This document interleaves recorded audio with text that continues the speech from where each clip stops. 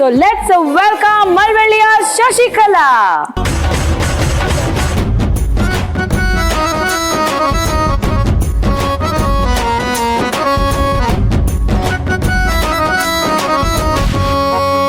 ಯಾಕಕ್ಕ ಏನಾಯ್ತು? ಯಾಕಕ್ಕ ಈ ಬಡತನಕ್ಕ ಒಟ್ಕಿಟ್ಟಾಕಲ್ವಿಲ್ಲಕ್ಕ ಬಟ್ಟೆ ಹಾಕಿರ ಕುದಿಸ್ತಾರ ಕಾಣ್ತಾರಕ್ಕ ಪ್ರೇಮಲ್ಲಿ. ಇಲ್ಲಾಂದ್ರೆ ಅಕ್ಕಂಗ ಅಸ್ಥಿ ಪಂಜರಕ್ಕೂ ಡಿಫ್ರೆನ್ಸ್ ಇರಲ್ಲ. ವೆಲ್ಕಮ್ ಟು ಅಡ್ಗೆ ಮನೆ. Thank you. ಓಕೆ, ಸೊ ಅಡ್ಗೆ ಮನೆ ಏನ್ ಮಾಡ್ತಿದ್ದೀರಾ? ಸೊ ನಾನು ಎಗ್ ಲಾಲಿಪಾಪ್ ಮಾಡ್ತಾ ಇದ್ದೀನಿ. ಸೊ ಫಸ್ಟ್ ನನಗೆ ಒಂದು ಬೌಲ್ ಬೇಕು ಮಿಕ್ಸ್ ಮಾಡ್ಕೊಳ್ಳೋದಕ್ಕೆ. ಸೊ ನಾನು ಇವಾಗ ಎಗ್ ಲಾಲಿಪಾಪ್ ಮಾಡ್ತಿರೋದು. ಓಕೆ, ಇವಾಗ ನಾವು ಆಲ್ರೆಡಿ ಎಗ್ನ ತುರ್ಕೊಂಡಿದೀವಿ. ತುರ್ದಿ ಮಡಿಕಂದಿರ ಮೊಟ್ಟೆನ ಹಾಕೊಂಡು ಬೇಯಿಸ್ಕಂದಿ ತುರ್ದಿ ಮಡಿಕಂದವ್ರೆ. ಹೌದು. ಎಷ್ಟ್ ಮೊಟ್ಟೆ ತುರ್ಕೊಂಡಿದ್ಯಾಕ? ಸೊ ನಾವಿವಾಗ 2 ಮೊಟ್ಟೆನ ತುರ್ಕೊಂಡಿದೀವಿ ಇಲ್ಲಿ. ಸೊ ಇದಕ್ಕೆ ನಾವಿವಾಗ ಕಡಲೆ ಹಿಟ್ಟು ಹಾಕೊಳ್ಳೋಣ ಫಸ್ಟ್. ವಾಕೆ 1 ಸ್ಪೂನ್ ಕಡಲೆ ಹಿಟ್ಟು ಹಾಕೊಳ್ಳೋಣ. ಓಕೆ, ಇವಾಗ ನೆಕ್ಸ್ಟ್ ನಾನು ಕ್ಯಾರೆಟ್ ಹಾಕೋತಾ ಇದ್ದೀನಿ. ಆ ಕಡೆ ತುರ್ದಿ ಮಡಿಕಂದಿರೋ ಕ್ಯಾರೆಟ್ ಹಾಕತಾವ್ರೆ. ಆಲೂಗೆಡ್ಡೆನ ಪೇಸ್ಟ್ ಮಾಡಿರೋದನ್ನ ಹಾಕೋತಾ ಇದ್ದೀನಿ. ಸೊ ನೆಕ್ಸ್ಟ್ ನಾವು ಸ್ಪೈಸಸ್ ಹಾಕೊಳ್ಳೋಣ. ಅರ್ಧ ಸ್ಪೂನು ಶುಂಠಿ ಬೆಳ್ಳುಳ್ಳಿ. ವಾಕೆ ಅದಾದ್ಮೇಲೆ ನೆಕ್ಸ್ಟ್ ಚಿಲ್ಲಿ ಹಾಕೋತಾ ಇದ್ದೀನಿ. ಸೊ ಚಿಲ್ಲಿ ಬಂದು ನಿಮ್ಗೆ ನಮ್ ಕಡೆ ಖಾರದ ಪುಡಿ ಅಂತೀವಿ. ಖಾರದ ಪುಡಿ ಹಾಕೋತಾ ಇದ್ದೀನಿ. ಸೊ ನಿಮ್ಗೆ ಎಷ್ಟು ಖಾರ ಬೇಕೋ ಅದಕ್ಕೆ ಅಷ್ಟು ತಕ್ಕಾಗಿ ನೀವು ಹಾಕೋಬಹುದು. ಸೊ ಇವಾಗ ನಾನು ಜೀರಿಗೆ ಪೌಡರ್ ಹಾಕ್ತಾ ಇದ್ದೀನಿ. ವಾಕೆ 1/4 ಸ್ಪೂನ್ ಹಾಕೋಣ ಜೀರಿಗೆ ಪೌಡರ್. ಇದಕ್ಕೆ ಎಗ್ ಮಸಾಲ ಹಾಕ್ಬೇಕು. ಸೊ ಎಗ್ ಮಸಾಲ ಇದ್ರೆ ಕೊಡಿ. ಡೆಫಿನೆಟ್ಲಿ. ಸೊ ಇವತ್ತು ನಮ್ಮ ಆಹಾರ ಡಿಶ್ ಆಫ್ ದ ವೀಕ್ ಅಲ್ಲಿ ನಾವು ಎಗ್ ಲಾಲಿಪಾಪ್ ಮಾಡ್ತಾ ಇರೋದ್ರಿಂದ egg masala is must and should. ಹಾಗಾಗಿ ನಮ್ಮ ಆಹಾರ ಎಗ್ ಮಸಾಲ ತರೋಣ ಬನ್ನಿ.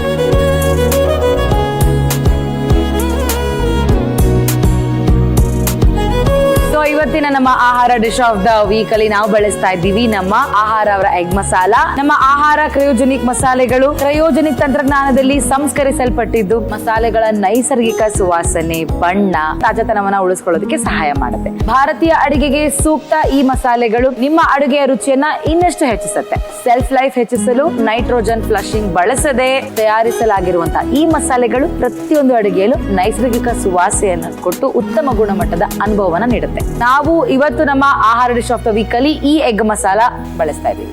ಅರ್ಧ ಸ್ಪೂನು ಎಗ್ ಮಸಾಲ ಹಾಕೋತಾ ಇದ್ದೀನಿ. ವಾಕೆ ಸೊ ಇದು ಮ್ಯಾರಿನೇಟ್ ಆಗೋ ತನಕ ನಾವು ಫಸ್ಟ್ ಎಣ್ಣೆ ಇಟ್ಬಿಡೋಣ. ನಾನು ಹಂಗೆಲ್ಲ ಎಣ್ಣೆ ಹೊಡಿಯಲ್ಲ ಅಕ್ಕ.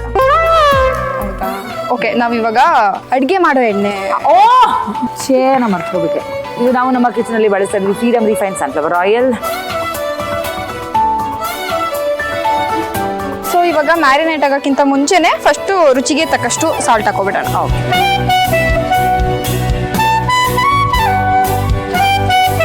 ಸೊ ಇವಾಗ ಇದು 10 ಮಿನಿಟ್ಸ್ ಮ್ಯಾರಿನೇಟ್ ಆಗಿದೆ. ಸೊ ಇವಾಗ ಇದನ್ನ ಉಂಡೆ ಮಾಡ್ಕೊಳ್ಳೋಣ. ಓಕೆ.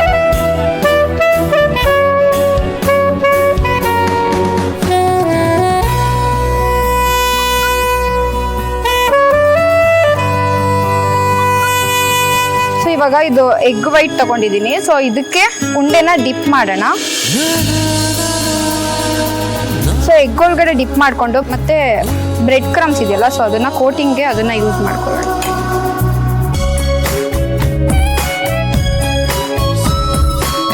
ಸೇಮ್ ಪ್ರೊಸೆಸ್ ಅಲ್ಲಿ ಫಾಲೋ ಆಗುತ್ತೆ. ಈ ತರ ಲಾಲಿಪಾಪ್ ತಿಂತಿದ್ರೆ ಯಾವಾಗಾದ್ರು? ಇಲ್ಲ, ಖಂಡಿತ ಇಲ್ಲ. ಅದಕ್ಕೆ ಮಾಡ್ಕೊಳಕ್ ಬಂದಿದೆ ನೋಡಿ. ಮತ್ತೆ ಸೊ ಆಫ್ ಮಾಡಿಬಿಡೋಣ. ಚೆನ್ನಾಗಿ ರೋಸ್ಟ್ ಮಾಡಿ. Wow, crunchy crunchy lollipop. So egg lollipop ready ಇದೆ. ಸೊ ಟೇಸ್ಟ್ ಮಾಡಿ ಥ್ಯಾಂಕ್ ಯು. ಓಕೆ, ಸೊ ನಮ್ಮ ಶಶಿಕಲಾ ಅವರ ಲಾಲಿಪಾಪ್ ಎಗ್ ಲಾಲಿಪಾಪ್ ನ ಟ್ರೈ ಮಾಡ್ತಾ ಇದ್ದೀವಿ.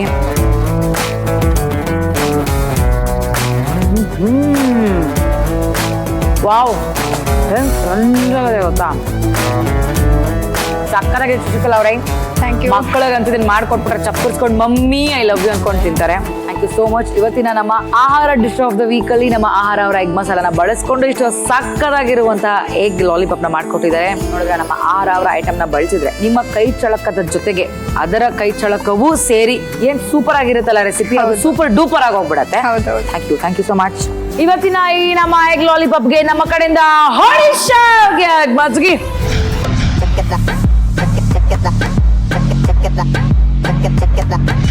ಎಗ್ ಲಾಲಿಪಾಪ್ ಮಾಡುವ ವಿಧಾನ.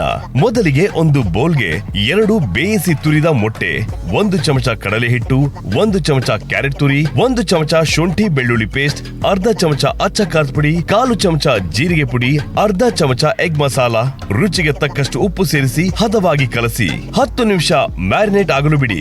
ಈಗ ಒಂದು ಬಾಣಲಿಗೆ ಸ್ವಲ್ಪ ಎಣ್ಣೆ ಸೇರಿಸಿ ಕಾಯಲು ಬಿಡಿ. ಎಣ್ಣೆ ಕಾದ ನಂತರ ಸಿದ್ಧಪಡಿಸಿದ ಮಿಶ್ರಣವನ್ನು ಚಿಕ್ಕ ಚಿಕ್ಕ ಉಂಡೆಗಳಾಗಿ ಮಾಡಿ ಎಗ್ ವೈಟ್ ನಲ್ಲಿ ಡಿಪ್ ಮಾಡಿ ಬ್ರೆಡ್ ಕ್ರಮ್ಸ್ ನಲ್ಲಿ ಕೋಟಿಂಗ್ ಮಾಡಿ ಎಣ್ಣೆಗೆ ಸೇರಿಸಿ ಗೋಲ್ಡನ್ ಬ್ರೌನ್ ಬರುವವರೆಗೂ ಕರಿದು ಟೂತ್ ಪಿಕ್ ಚುಚ್ಚಿಕೊಂಡರೆ ಬಿಸಿ ಬಿಸಿಯಾದ ಟೇಸ್ಟಿ ಎಗ್ ಲಾಲಿಪಾಪ್ ಸವಿಯಲು ಸಿದ್ಧ.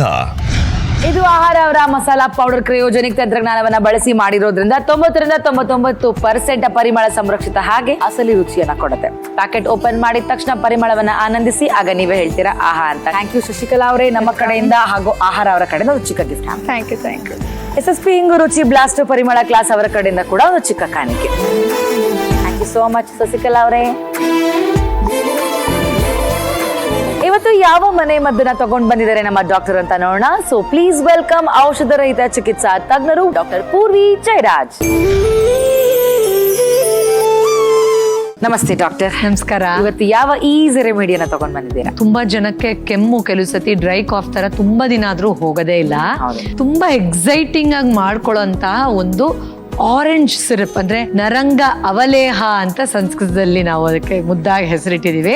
ನರಂಗ ಅಂದ್ರೆ ಆರೆಂಜ್ ಅಂತ. ಸೊ ಅದರ ಸಿರಪ್ ನ ಮಾಡ್ಕೊಂಡು ಒಂದ್ ದಿನದಲ್ಲಿ ಬಹಳಷ್ಟು ಸಾರಿ ನಾವು ಸೇವಿಸ್ತಾ ಹೋದ್ರೆ ಆ ತುಂಬಾ ದಿನ ಆದ್ರೂ ಉಳ್ದಿರುತ್ತಲ್ಲ, ಕಾಫ್ ಒಂಥರ ಖರಖರ ಅಂತ ಇರುತ್ತೆ, ಕೆಮ್ಮು ಬಂದಿರಲ್ಲ, ಒಂಥರ ಕೆಮ್ಮಿ ಗಂಟೆಲ್ಲ ನೋವು ಬಂದ. ಎಕ್ಸಾಕ್ಟ್ಲಿ, ಅದನ್ನ ತುಂಬಾ ಎಫೆಕ್ಟಿವ್ ಆಗಿ ಗುಣಪಡಿಸ್ಕೊಳ್ಬಹುದು.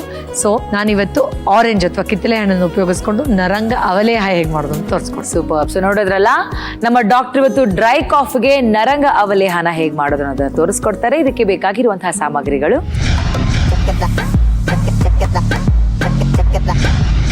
ಅವ್ರೆ ಅಕಸ್ಮಾತ್ ಇದು ಇಲ್ಲ ಅಂತಂದ್ರೆ ಮನೇಲಿ, ಬಿಕಾಸ್ ನಾವು ಆರೆಂಜನ್ನೇ ಡೈರೆಕ್ಟ್ ಆಗಿ ಈಗ ಸ್ಟವ್ ಮೇಲೆ ಇಡ್ತೀವಿ, ಡೈರೆಕ್ಟ್ ಆಗಿ ಹಾಗೆ ಬರ್ನರ್ ಮೇಲೆ ಇಡಬಹುದು, ಏನು ತೊಂದರೆ ಇಲ್ಲ. ಬಟ್ ಇದು ಸ್ವಲ್ಪ ಬಿಸಿ ಆಗ್ತಿರ್ಲಿ, ನಾನು ನಿಮಗೆ ತುಂಬಾ ಎಕ್ಸೈಟಿಂಗ್ ಆಗಿ ಹೇಗ್ ಮಾಡೋದು ಇದನ್ನ ಅಂತ ತೋರಿಸ್ತೀನಿ.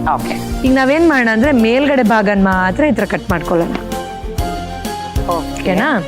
ಕಟ್ ಮಾಡ್ಕೊಂಡು ಇದ್ರ ಒಳಗಡೆ ಇರೋ ಪಲ್ಪನ್ನು ಒಂದ್ ಸ್ವಲ್ಪ ತೆಗೆದು ಬಿಡೋಣ. ಓಕೆ, ಈ ತರ 1 ಸ್ಪೂನ್ ಅಷ್ಟು ಒಳಗಡೆ ಇರುತ್ತಲ್ಲ ಪಲ್ಪು, ಸೊ ತೆಗಿಬೇಕಾದ್ರೆ ಆಬ್ವಿಯಸ್ಲಿ ಅದ್ರ ಜ್ಯೂಸು ಆಚೆ ಬರುತ್ತೆ. 1 ಕಪ್ ತರ ಆಯ್ತು. ಸೂಪರ್. ಈಗ ಇದನ್ನ ನಾವು ಡೈರೆಕ್ಟ್ ಆಗಿ ಸ್ಟವ್ ಮೇಲೆ ಇಡ್ತೀವಿ. ಅದಕ್ಕೆ ಹೇಳಿದ್ದು ತುಂಬಾ ಎಕ್ಸೈಟಿಂಗ್ ಆಗು ಇದೆ ಅಂತ. ಈಗ ಇದನ್ನೇ ಒಂದು ಪಾತ್ರೆ ತರ ಮಾಡ್ಕೊಂಡ್ಬಿಟ್ಟಿದೀವಿ ನಾವು ಆರೆಂಜನ್ನೇ. ಈಗ ಸಿನಿಮನ್ ಅಂದ್ರೆ ಚಕ್ಕೆ ಪೌಡರ್ 1-2 ಚಿಟ್ಕ ಅಷ್ಟು ಹಾಕೊಳ್ಳೋದು. ತುಂಬಾ ಯುನೀಕ್ ಆಗಿದೆ ಡಾಕ್ಟರ್. ಎಸ್, ಅಂಡ್ ಒಂದ್ ಚಿಟ್ಕ ಅಷ್ಟು ಮೆಣಸಿನ ಪುಡಿ.